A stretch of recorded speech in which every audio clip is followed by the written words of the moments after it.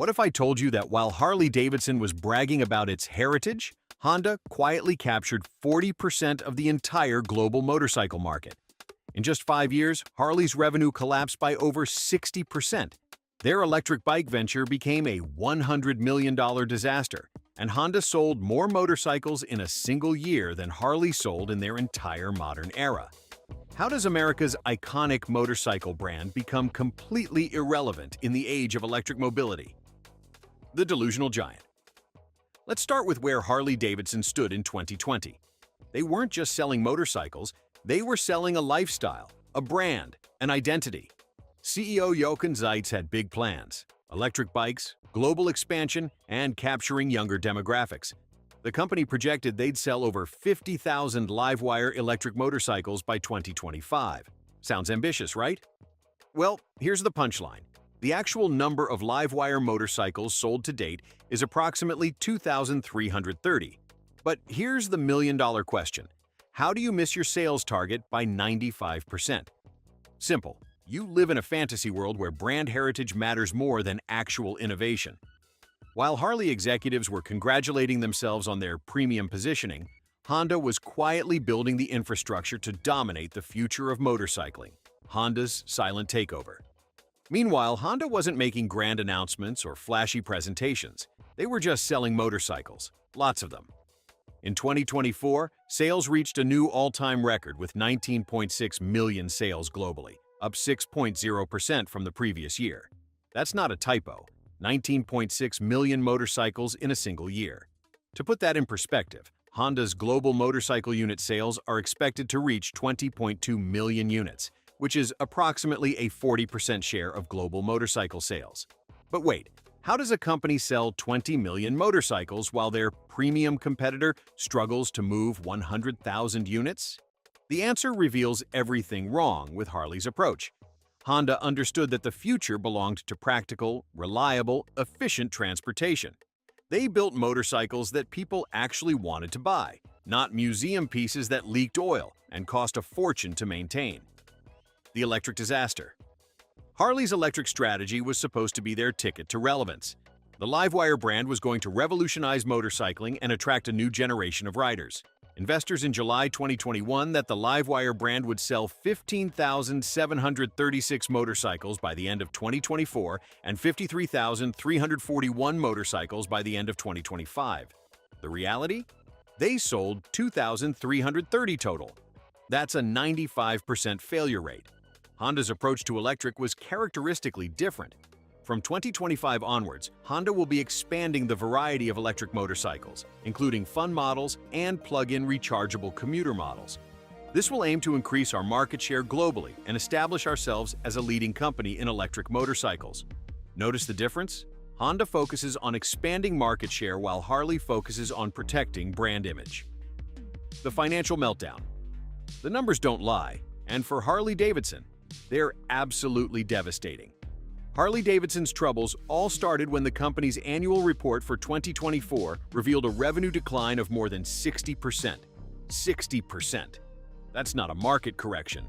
That's a complete collapse. Harley Davidson's operational losses totaled to $214 million, and in Q3 of 2024, it shipped 27,500 motorcycles, which means it's down 39% as compared to the 45,300 it shipped in Q3 of 2023. Meanwhile, Honda was breaking records with nearly 20 million units sold globally. Can you imagine being in a Harley board meeting trying to explain how you lost 60% of your revenue while your main competitor was setting new sales records? The contrast couldn't be more stark. Honda was growing their business while Harley was shrinking theirs. The management disaster. Harley Davidson started the year with a double-digit sales decline from the start of 2024 as the company navigates a shaky economy and an internal corporate power struggle. While Honda was executing flawlessly, Harley's leadership was fighting amongst themselves about strategy, direction, and priorities. The arrogance was breathtaking. CEO Jochen Zeitz blamed continued cyclical headwinds for discretionary products, including the high interest rate environment affecting consumer confidence. Translation: it's not our fault, it's the economy's fault. Meanwhile, Honda was thriving in the same economic environment. Here's what's truly insulting. More than half of current and potential customers are delaying purchases due to economic uncertainty. That's led to low sales, even after promotions and discounts, and forced Harley to cut shipments so dealers can clear backed-up inventory. Honda customers weren't delaying purchases. They were buying Honda motorcycles in record numbers. The global reality check Honda's global strategy exposed Harley's fundamental misunderstanding of the modern motorcycle market. The Asian market, including India, Indonesia, Thailand, and Vietnam, accounts for 85% of global motorcycle sales. While Harley was obsessing over their traditional American customer base, Honda was building relationships with billions of potential customers worldwide. Honda, already a market leader in powersports worldwide, hopes to extend its dominance to 50% of global sales. Think about that for a moment. Honda is already dominating the global market, and they're planning to increase their share to 50%. Meanwhile, Harley can't even maintain their position in their home market. The innovation gap.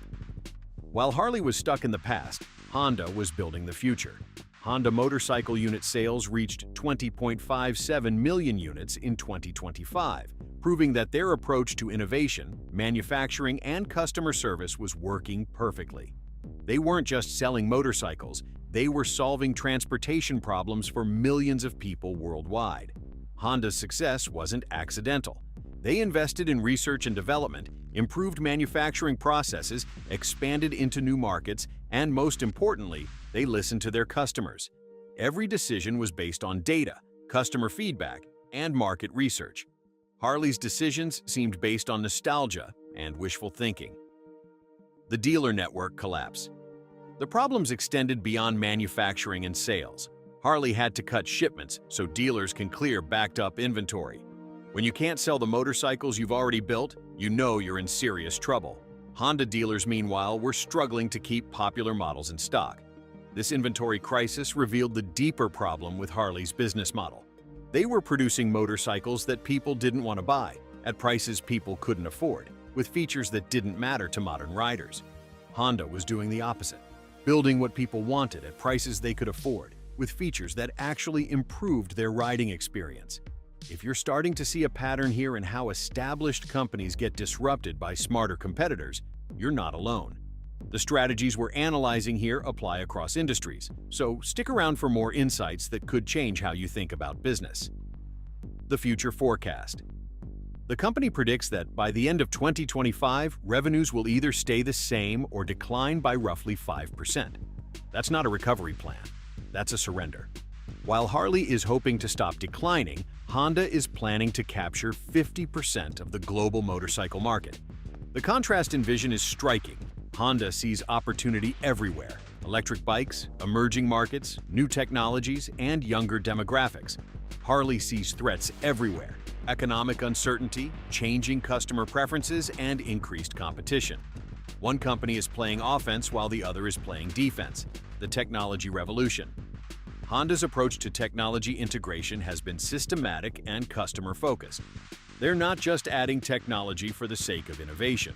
They're solving real problems that real riders face. Their electric motorcycle strategy is based on market research, customer needs, and practical applications.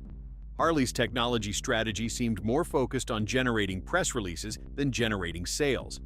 The Livewire disaster proved that having good intentions and a famous brand name isn't enough. Customers want products that work, not products that make statements.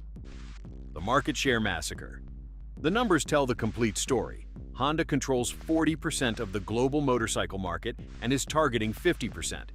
Harley controls a tiny fraction of that market and is struggling to maintain even that small share. In 5 years, Honda has gone from dominant to absolutely dominant, while Harley has gone from struggling to nearly irrelevant. This isn't just about motorcycles. It's about understanding what customers actually want versus what companies think they want. Honda understood that most people want reliable, efficient, affordable transportation. Harley believed that most people wanted expensive, unreliable, image-focused lifestyle products. The customer exodus. More than half of current and potential customers are delaying purchases due to economic uncertainty. But here's the question nobody at Harley seems to be asking: why aren't Honda customers delaying purchases? If the economy is the problem, it should affect everyone equally? The answer is simple. Honda customers aren't delaying purchases because Honda motorcycles represent good value. They're practical, reliable, and reasonably priced. Harley motorcycles represent discretionary luxury purchases that people can easily postpone or skip entirely. The production reality. Honda's manufacturing capabilities dwarf Harley's in every conceivable way. 19.6 million sales globally, up 6.0% from the previous year, represents a level of production efficiency that Harley couldn't match if they had a century to prepare. Honda has built a global manufacturing network that can adapt to market changes, customer demands, and economic conditions. Harley's production problems aren't just about volume. They're about flexibility, quality, and cost control. When you can only produce a fraction of what your competitor produces at higher costs and lower quality, you're not competing. You're just surviving. The global domination. Honda dominates the world's motorcycle market while securing 40% of the global motorcycle sales. This isn't just market leadership, it's market domination. Honda has achieved something that most companies only dream about. They've become the default choice for millions of customers worldwide. The geographic diversity of Honda's success is particularly impressive. They're not just winning in one market or one segment, they're winning everywhere. Asia, Europe, Americas, emerging markets, developed markets. Honda is the preferred choice regardless of local conditions or cultural preferences. The future landscape. The global motorcycle market size was $71.92 billion in 2024 and is projected to grow from $75.82 billion in 2025 to $119.09 billion by 2026-2032 at a compound annual growth rate of 6.7%. This represents massive growth opportunities for companies positioned to capture them. Honda is perfectly positioned to benefit from this growth. Harley is struggling to maintain relevance in a shrinking segment of the market. The irony is perfect. While Harley was protecting their brand image, Honda was building their market share. While Harley was focusing on heritage, Honda was focusing on the future. While Harley was making excuses, Honda was making motorcycles. Final verdict. The most telling statistic: in 2024, Honda sold more motorcycles in America than Harley did globally. That's not just losing market share. That's becoming irrelevant in your own backyard while your competitor conquers your home turf. Harley Davidson didn't just lose to Honda. They handed them victory through 5 years of strategic incompetence, quality failures, and corporate arrogance. The brand that once made riders dream of the open road became a cautionary tale about what happens when you prioritize profit margins over customer satisfaction, marketing over manufacturing, and boardroom decisions over rider feedback. Honda simply did what Harley forgot how to do: make motorcycles that people actually want to buy and ride. Subscribe for more corporate disaster stories that'll make you question everything you thought you knew about business success.